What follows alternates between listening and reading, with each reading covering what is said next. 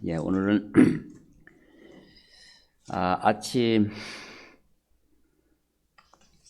시간을 제가 기초 성경 공부로 바꿨습니다. 바꿔서 오늘 첫 시간 어떻게 구원을 얻을 수 있는가? 우리가 이미 다 아는 기초지만 다시 한번 확인하고 넘어가는 시간으로서 기초 성경 공부를 하겠습니다. 사도행전 16장 30절에서 31절 찾아서 읽겠습니다. 사도행전 16장이면 자, 기초 성경 공부는 우리가 다 배우는 내용이지만 성경을 직접 찾아서 확인하는 거기 때문에 우리 다 같이 찾는 식으로 하겠습니다. 30절 31절 같이 읽읍시다. 시작. 그리하여 그들을 데리고 나와서 말하기를 선생님들이여 내가 구원을 받으려면 어떻게 해야 하느냐이까 라고 하니 그들이 말하기를 주 예수 그리스도를 믿으라 그리하면 너와 내 집안이 구원을 받으리라고 하니라. 요 본문이고요. 여러분 이거 제가 뒤에 이렇게 교재를 나눠왔습니다. 이거 보시고 같이 봅시다. 제1과 선생님들이여 내가 구원을 받으려면 어떻게 해야 하나이까. 제일 중요한 게 구원이죠. 구원. 제일 피부에 닿는 구원은 지옥의 형벌로부터의 구원입니다. 현대인들에게 거부감을 주는 단어 중 하나가 바로 지옥입니다. 그래서 교회에서는 이 지옥이라는 단어를 잘 안 쓰죠. 그러나 성경은 지옥에 대해서 분명하게 기록하고 있고 예수님께서도 적어도 18번 이상 지옥에 대해서 언급하셨으며 어떤 경우에는 상세하게 말씀하고 계십니다. 사람들이 지옥을 거부하고 그 자체를 싫어하는 이유는 그 존재를 마음속에 사실은 인정하고 있기 때문인 것입니다. 자신이 천국보다는 지옥에 갈 수밖에 없는 인생이라는 사실을 스스로 인정하는 사람이 더욱 강하게 부정하는 것입니다. 그러나 아무리 부정해도 지옥은 없어지지 않습니다. 이런 이유 때문에 예수님은 더욱 집요하게 지옥의 실상을 보여주신 것입니다. 너무나 끔찍한 것이기에 예수님은 자신의 몸을 십자가에서 희생하시면서까지 지옥 문 입구를 막고서 계신 것입니다. 그러나 사람들은 내세에 대해서는 별 관심이 없습니다. 오늘만이 중요하지 내일은 무슨 소용이냐는 식으로 삽니다. 그러나 사람이 아무리 부인하고 잊으려 해도 죽음이 다가오듯이 죽음 이후에는 반드시 심판이 있다는 사실이죠. 히브리서 9장 27절에 한 번 죽는 것은 사람들에게 정해진 것이고 그 위에 심판이 있는 것 같이 이렇게 말씀하셨습니다. 두 번의 죽음이 존재하는 거죠. 첫 번째 죽음은 내 혼이 몸에서 떠나는 거죠. 이것을 한 번 죽는 것으로 표현한 거예요. 사람들은 다 알아요. 다 한 번 죽는다는 사실. 근데 그 뒤에 두 번 죽음이 있다는 사실을 모릅니다. 예수님 당시 사람들은 하나님의 경고의 말씀을 듣고 올바른 반응을 했습니다. 그들은 선생님이여 내가 구원을 받으려면 어떻게 해야 하나이까? 라고 물었습니다. 그때 사도 바울은 분명하게 이렇게 말했습니다. 주 예수 그리스도를 믿으라. 그리하면 너와 내 집안이 구원을 받으리라. 예수 그리스도를 믿으면 구원을 받는다고 선포한 거죠. 죄로 인한 지옥의 형벌로부터 구원받는 길이 예수 그리스도를 믿는 것이라고 하는데 예수 그리스도가 누구시기에 그를 믿기만 하면 구원을 얻는다는 말입니까? 그렇죠. 우리도 아무리 그래도 맹목적으로 믿어서는 안 되니까 그분이 누구기에 그를 믿으면 구원받습니까? 요건 이제 오늘 본문에 이제 나오니까 그 정도면 충분하다는 뜻이죠. 또 그가 우리를 위해 무슨 일을 하셨기에 그렇게 말씀하시는지 살펴보도록 하겠습니다. 첫 번째, 자, 예수 그리스도는 누구십니까? 하나님의 아들이십니다. 하나님의 아들. 하나님의 아들이라는 의미는 유일한 아들이란 하나님의 유일하신 아들. 그래서 독생자라고 하죠. 독생자. 그러니까 그 뭐라 그래? 독생자. 자꾸 단어가 생각 안 나는데 독생자는 유일한 아들이라는 뜻이에요. 처녀에게서 태어나신 유일한 사람입니다. 자, 마태복음 1장 18절. 같이 찾는 겁니다. 하나님의 아들이시라고 성경이 그렇게 쓰여 있죠.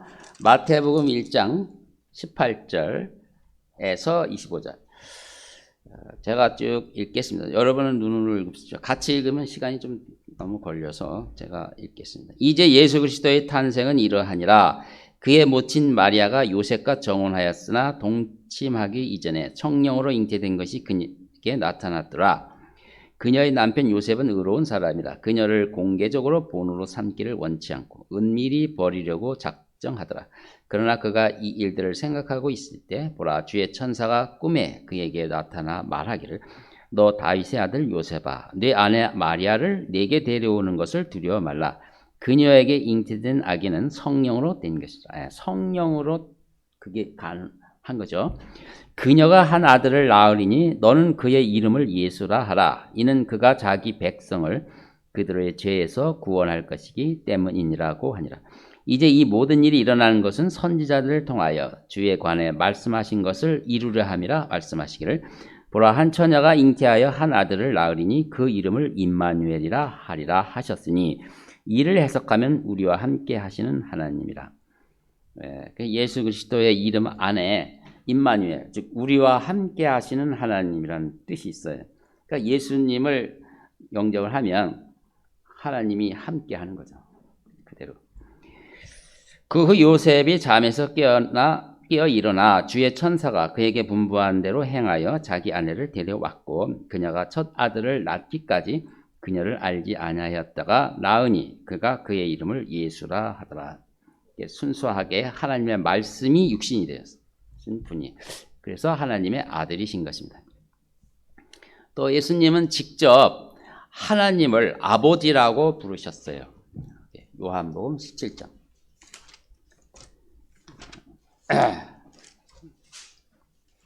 요한복음 17장 1절.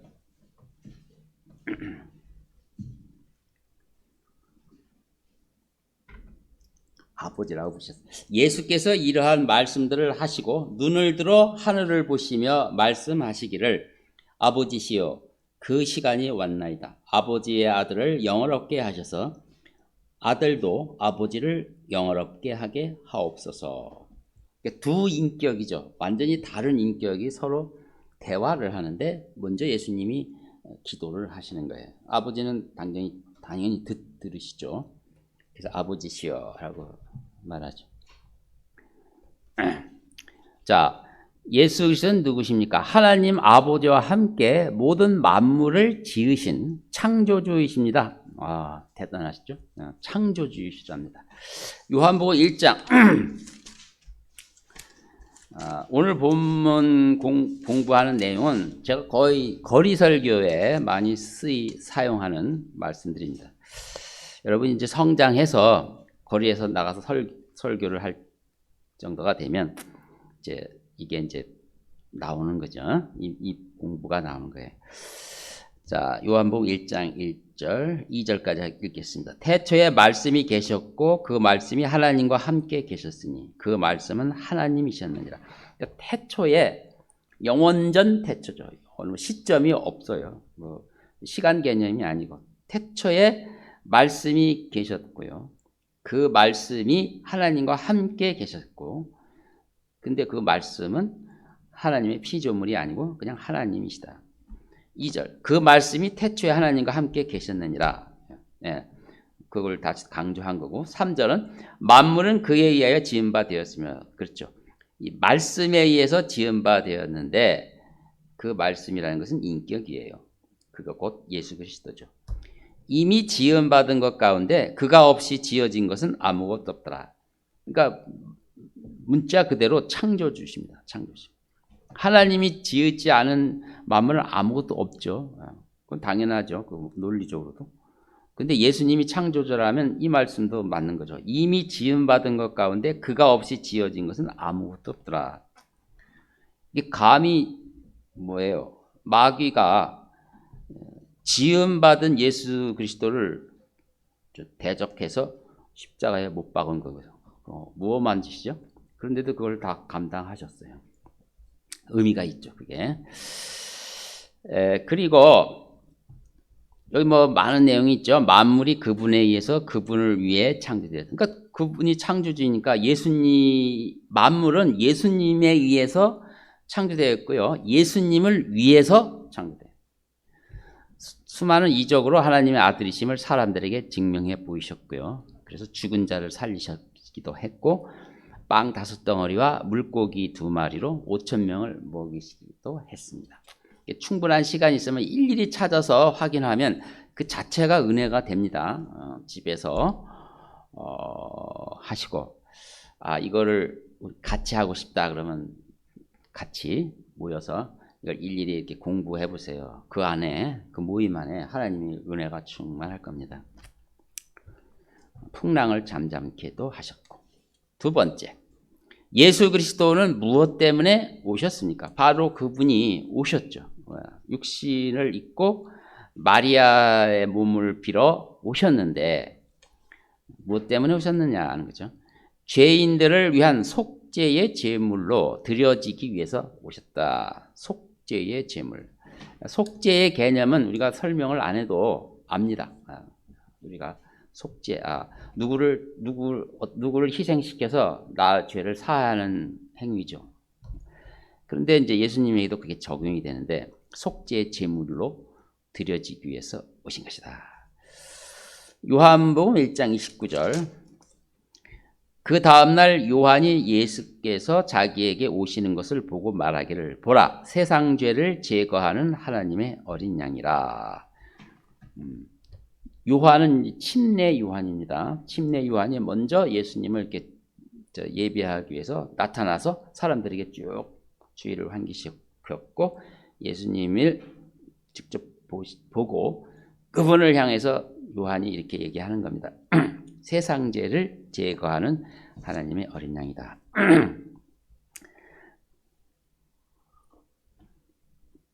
변개된 개역성경에서는 세상 죄를 짊어지는 이런 그러니까 약화시킨 거에 대해서 우리가 이의를 제기하는 겁니다. 약화. 말씀은 뭐 함부로 약화시키서는 안 되는데 그냥 짊어지는 것보다 훨씬 제거하는 것이 분명하죠. 그리고 원본에도 그렇게 돼 있고 세상 죄를 제거. 그것 제거하시려고 오신 것이요. 그래서 죄의 대가는 사망인데 그러니까 죄를 제거하면 결국 지옥으로부터 우리가 구제받는 것이죠. 그것 때문에 오신 거예요. 세 번째, 하나님께서 그 다음 페이지입니다. 하나님께서 세상을 사랑하셔서 모든 사람을 지옥의 형벌로부터 구원해 주시기 위해서 예수님을 보내신 것입니다. 이보다 더 큰 사랑은 없습니다. 그렇죠? 자, 로마서 5장을 봅시다. 이보다 더 큰 사랑은 없어요. 로마서 5장 8절. 8절로 10절. 자, 이건 모처럼 찾으시는데 수고가 많으시니까 같이 읽읍시다. 8절. 시작. 우리가 아직 죄인이었을 때 그리스도께서 우리를 위하여 죽으심으로써 하나님께서는 우리를 향한 그의 사랑을 나타내셨느니라. 그러므로 이제 그의 피로 의롭게 되었으니 더욱더 우리가 그를 통하여 진노로부터 구원받게 되리라. 우리가 원수 되었을 때에도 그의 아들의 죽음으로 인하여 하나님과 화해하게 되었으니 더욱더 화해하게 된 우리는 그의 생명으로 인하여 구원받게 되리라. 여기에서 원수를 사랑하라는 그 예수님의 권면이 나오는 거예요. 예수님이 원수를 사랑하셨거든요. 우리를. 뭐 우리가 언제 원수졌나요? 하나님 없이 살면 결국 하나님께 원수 노릇하다가 가는 겁니다. 그걸 인정해야만 예수를 믿는 거죠. 그래서 원수 됐던 우리가 화해를 얻었으니 우리는 원수를 사랑하는 자세로 살아야 되는 거죠. 세 번째, 당신은 예수 그리스도를 믿고 마음에 초청해야 됩니다. 그러니까 지금까지 다는 살펴보진 않았지만요. 건너뛰어서 이렇게 제가 살펴봤지만 충분하죠. 그 말씀으로도 충분하잖아요. 예수 그리스도가 충분한 거죠. 네. 그 말씀이 말씀 그대로 진리일진데 그렇다면 하나님께서 나를 이렇게 사랑하셨구나. 우리는 대단한 사랑, 즉 은혜를 받은 존재네. 이렇게 보는 거죠. 거기까지 알면은 결단이 필요한 겁니다. 결단. 3일 만에 다시 살아나셔서 하나님 아들이시며 의인이심을 증명했습니다. 자, 예수님이 당신을 위해서 십자가에서 죽으신 것을 아십니까? 로마서 3장 26절. 나한테 물어봐야 되는 거죠. 바로 만인을 위해서 죽었다고 이렇게 객관화하지 말고 개인에게 죽어요. 너를 위해서 죽은 거 아니냐고 이렇게 묻는 거죠. 3장 26절. 곧 이때에 자기의 의를 선포하심은 자신도 의롭게 되시고 또한 예수를 믿는 자도 의롭다 하려 하심이니라. 예수를 믿는 자에게, 즉 내가 믿을 나 개인에게 적용이 딱 되는 거죠. 예수를 믿는 자를 바로 의롭다고 하시는 거죠.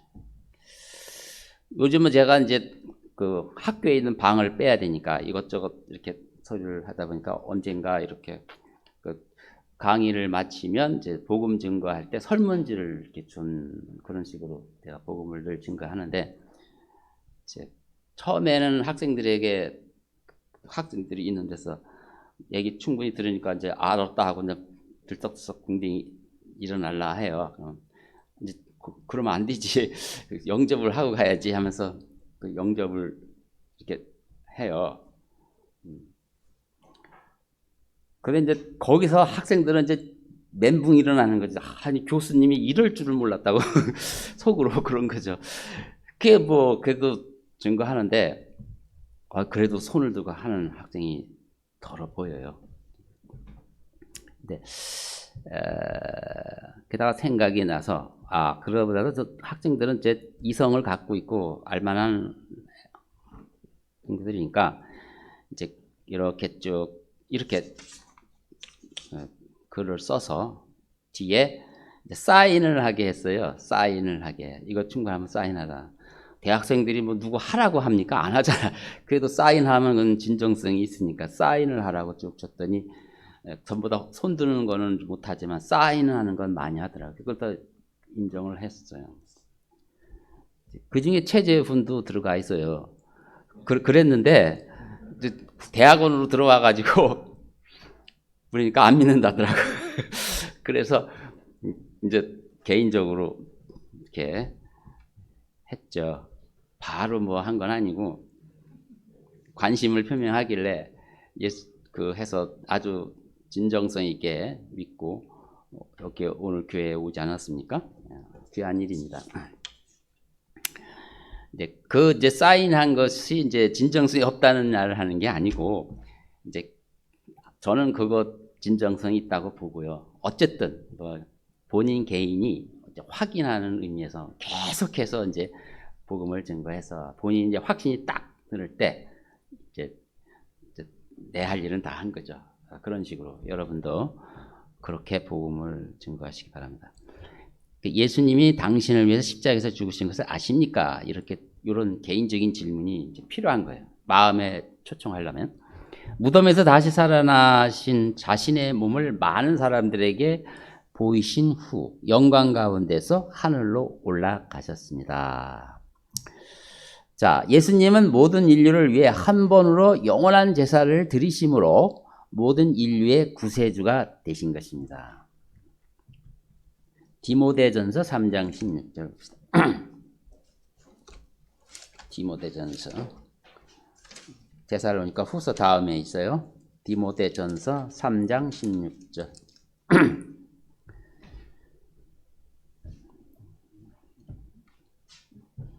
이 말씀은 좀 외워도 되는, 외울 수 있어야 됩니다. 16절 같이 읽읍시다. 시작. 경건의 신비는 논쟁의 여지 없이 위대하도다. 하나님께서는 육신으로 나타나셨고 성령으로 우롭게 되셨으며 천사들에게 보이셨고 이방인들에게 전파되셨으며 세상에서 믿음 바 되셨고 영광 가운데로 들려 올라가셨습니다. 그렇죠. 경건의 신비는 위대하죠. 거기 앞에서 논쟁을 하는 게 오히려 불충해. 논쟁의 여지가 없어요. 위대한 거죠. 앞에 제가 확인했었죠. 예수님이 그런 분이고 이렇게 해서 논쟁의 여지 위대하신 신비. 자, 예수님을 마음에 초청함으로 당신은 죄의 형벌로부터 구원받을 수가 있습니다. 하나만 더 찾고 로마서 10장. 반드시 여러분이 혹시 누구를 인도하려면 하나하나 찾아서 같이 읽어야 합니다. 로마서 10장 9절 10절 같이 읽읍시다. 시작. 네가 내 입으로 주 예수를 시인하고 또 하나님께서 그를 죽은 자들로부터 살리신 것을 내 마음에 믿으면 구원을 받으리라. 이는 사람이 마음으로 믿어 의에 이르고 입으로 고백하여 구원에 이르기 때문이라. 그렇죠. 예, 그래서 고백을 하고 항상 이제 머리로만 이렇게 아는 것으로 끝나지 말고 이렇게 행동으로 고백하고 이렇게 하면서 확신에 거할 수 있는 것입니다. 하나님은 당신의 인격을 존중하십니다. 당신이 하나님을 허락하셔야 들어오십니다. 이거 마저 하도록 합시다. 계시록 3장 20절. 요한계시록으로 제일 뒤에 요한계시록 3장 20절. 찾으셨죠? 같이 읽읍시다. 시작. 보라, 내가 문 앞에 서서 두드리노라. 누구든지 내 음성을 듣고 그 문을 열면 내가 그에게로 들어가서 그와 함께 먹으며 그도 나와 함께 먹으리라. 그러니까 예수님이 하시는 말씀입니다. 예수님이 문 앞에 서서 두드린다. 그럼 우리 집이 저기 밀락동에 있는데 글로 오시겠다는가? 아니지. 그 사람이 지은 집이 아니고 마음의 문, 마음의 문. 여러분 다 이해하죠? 불신자들도 이해합니다. 마음의 문 다 있는 줄 알아요. 바로 거기를 두드리시는 거죠. 거기를 전도자, 구령자를 통해서 마음을 두드리는.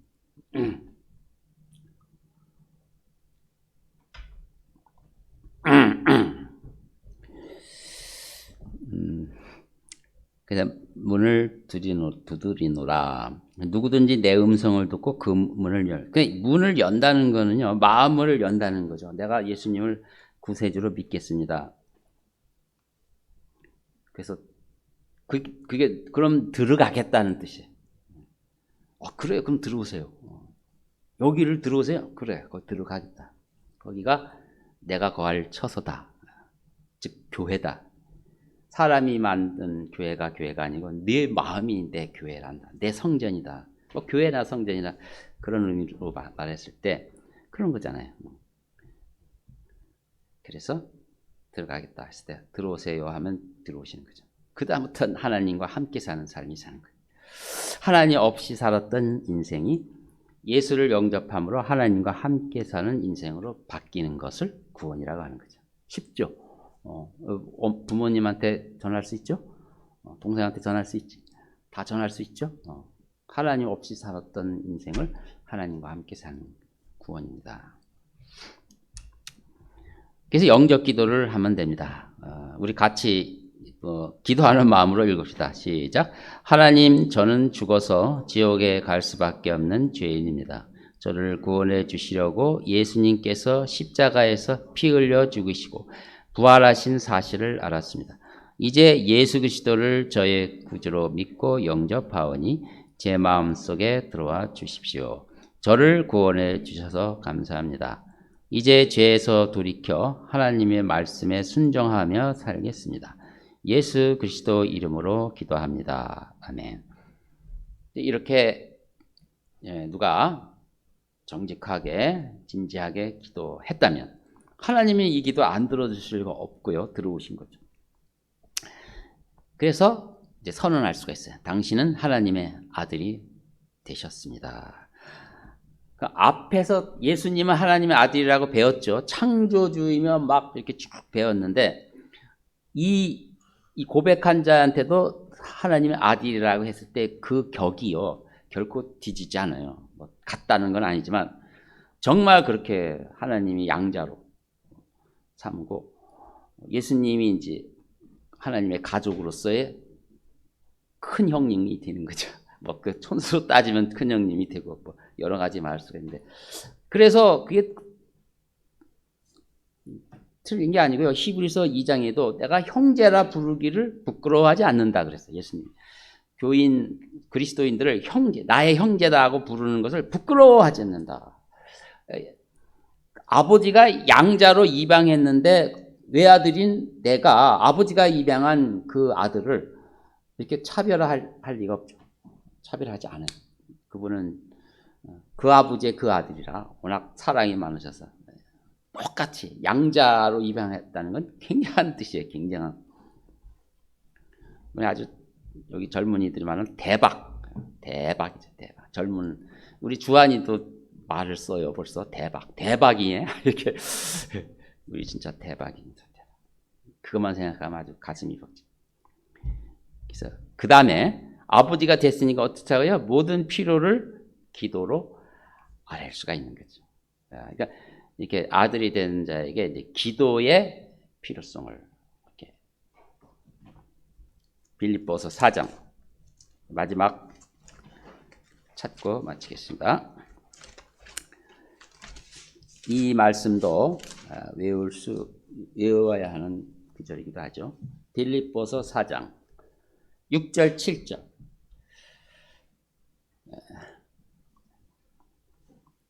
다 찾으시고 이번은 마지막이니까 같이 읽읍시다. 시작. 아무것도 염려하지 말고 다만 모든 일에 기도와 간구로 너희의 구하는 것들을 감사함으로 하나님께 알려지게 하라. 그리하면 모든 지각을 초월하시는 하나님의 평강이 그리스도 예수 안에서 너희의 마음과 생각을 지키시리라. 아멘.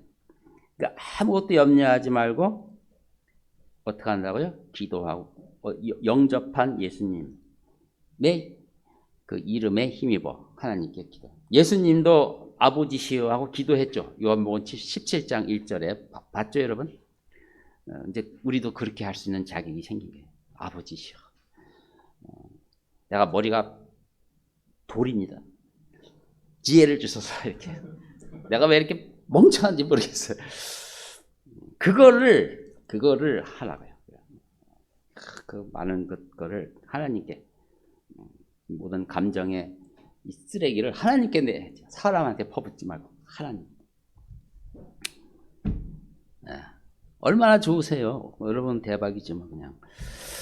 자, 이렇게 기도로 우리는 이제 하나님과 기도할 수 있다는 특권을 가져서 너무나 부러운 신분이 되었습니다. 천사들도 너무너무 부러워해요, 우리를.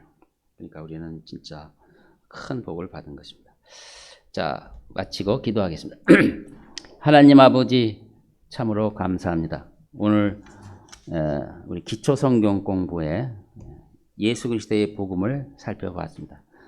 아무리 여러 번 봐도 읽어도 그리고 공부를 해도 참으로 우리에게 큰 은혜를 주는 것이 이 기본 복음입니다. 언제나 우리가 이 사실을 이 진리에 우리가 멀리 있을 때마다 다시 찾아서 우리가 어떤 존재임을 깨닫게 해주셔서 감사합니다. 앞으로 이러한 신분으로서 영광스럽고 자랑스러운 신분으로서 나갈 수 있게 해주시옵소서. 예수 그리스도 이름으로 기도합니다. 아멘.